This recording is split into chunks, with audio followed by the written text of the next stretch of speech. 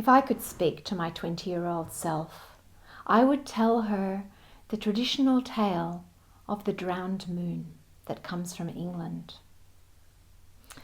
And as the story goes, the stars were always telling Moon about the dark deeds that went on in the swamps and wetlands when her back was turned during the dark of the moon. And Moon, being kind and good as she surely is, always shining down when the rest of us are sleeping, she was sore troubled by these tales.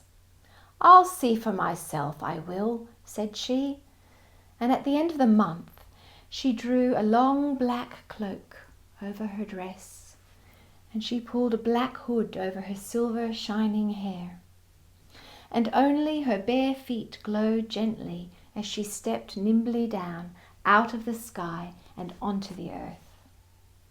Straight she went to those darkened wetlands, and she looked all about her. There was water here and water there, and trees that trembled in the dark. And even though she was frightened, she did not stop. She kept walking into the dark heart of those wetlands. And all about her there was scratching and screeching and howling and haunting, and slimy hands reaching out of the bog and pulling at her ankles. And as she walked along the path, Moon saw a flickering light, and she turned her head just for a moment and realized it was a will-o'-the-wisp. And as she turned to look at it, she stumbled and nearly fell into a deep, dark pool at her feet. With both hands she reached out and grasped at an ancient black snag, which is a very old tree that you find in the swamps. Grasping it with both hands. But as she touched it, something wiry and dark and slimy lashed out and bound itself around her wrist so that she was held fast, and no matter how she struggled and fought and pulled, she could not break free. And as Moon stood there trembling in the dark, she heard someone or something calling and calling. And peering through the gloom, she saw a small boy stumbling towards her and realized that he was about to tumble into the dark pool that lay between them.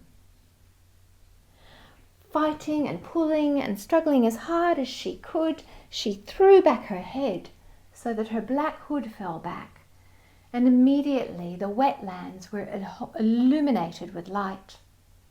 And suddenly that little boy was able to see where he was and where the safe path was and how to get out and back safely home.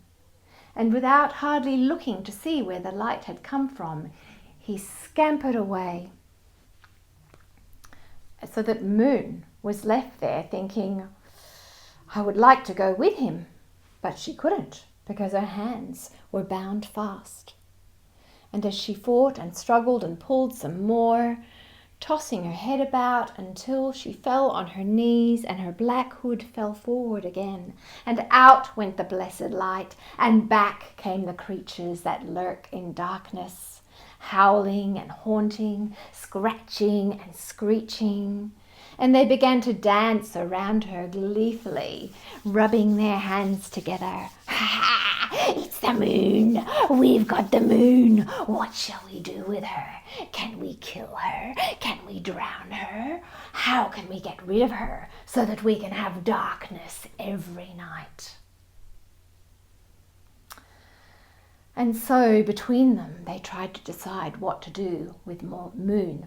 And because of their natures, they fought and squabbled all night long until a pale grey light began to appear in the eastern sky. And they realized they didn't have much time yet left in which to do something with Moon. And the oldest Bogle said, we cannot kill Moon, we can only make sure that people forget her.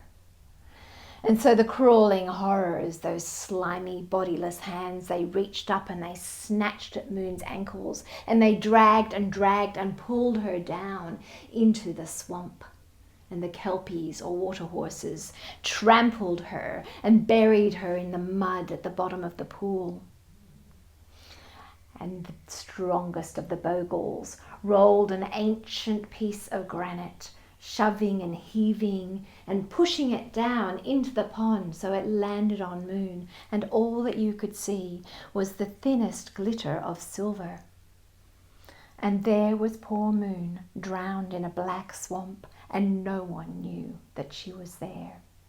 And the evil creatures all scuttled and slithered away into their dark, slimy hiding places, waiting for nightfall to come again.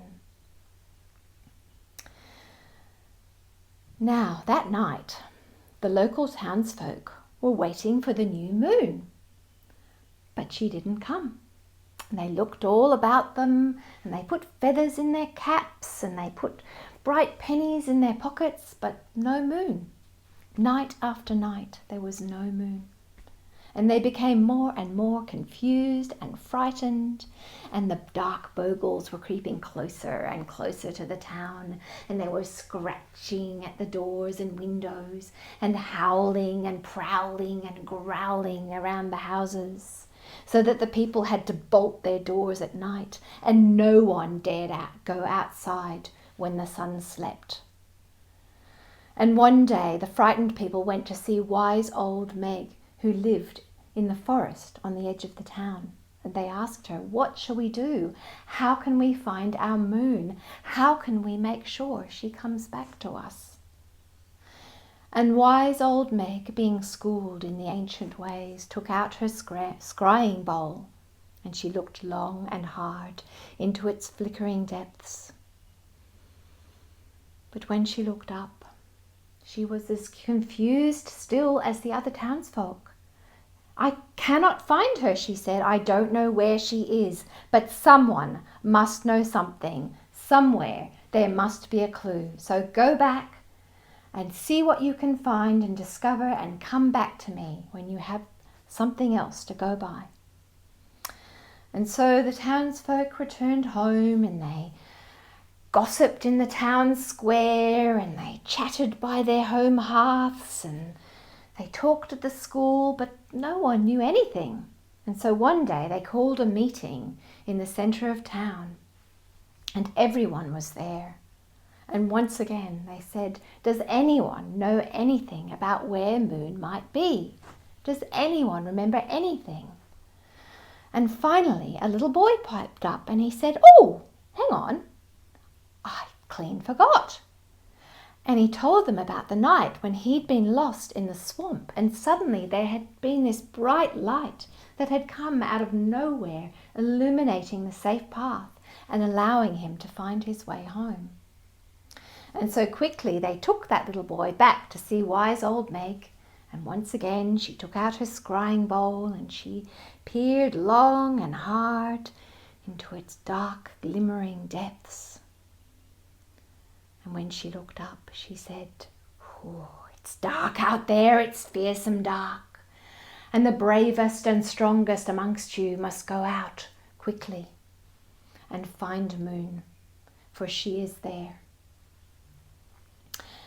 And so she told them that the next night they must go, each of them carrying a stone on their tongues to remind them not to speak until they were safely home again, and that they must travel into the darkest part of the wetlands and look for a coffin, a candle, and a cross. And so they did as she told them, and they followed that little boy into the dark heart of the wetlands until they came to a deep, dark pool. And there was a strange oblong piece of granite that looked for all the world like a coffin. And standing on an ancient black snag that looked very much like a gruesome cross, there was a will-o'-the-wisp keeping guard over Moon and flickering for all the world like a dying candle, and then scuttling away. And the townsfolk knew that they had found their Moon. And so quickly they worked together, heaving and hauling and pushing and rolling, and finally managing to lever that stone out of the water. And just for the briefest moment they looked down, and they saw the most strange and beautiful face smiling up at them. And then Moon shot to the sky like a comet, so bright they had to look away. And when they looked again, there she was, the full moon, shining in the sky, more bright and beautiful and kind than ever before, shining herself into every dark corner of those wetlands, as if she would forever drive away the dark spirits that had haunted that place. And the townsfolk did not speak again until they had returned safely home and taken those pebbles from their mouths.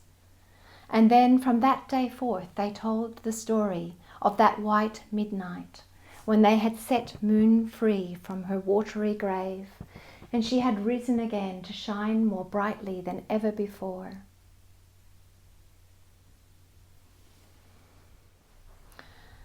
As Joseph Campbell once said, it is by going down into the abyss that we recover the treasures of life.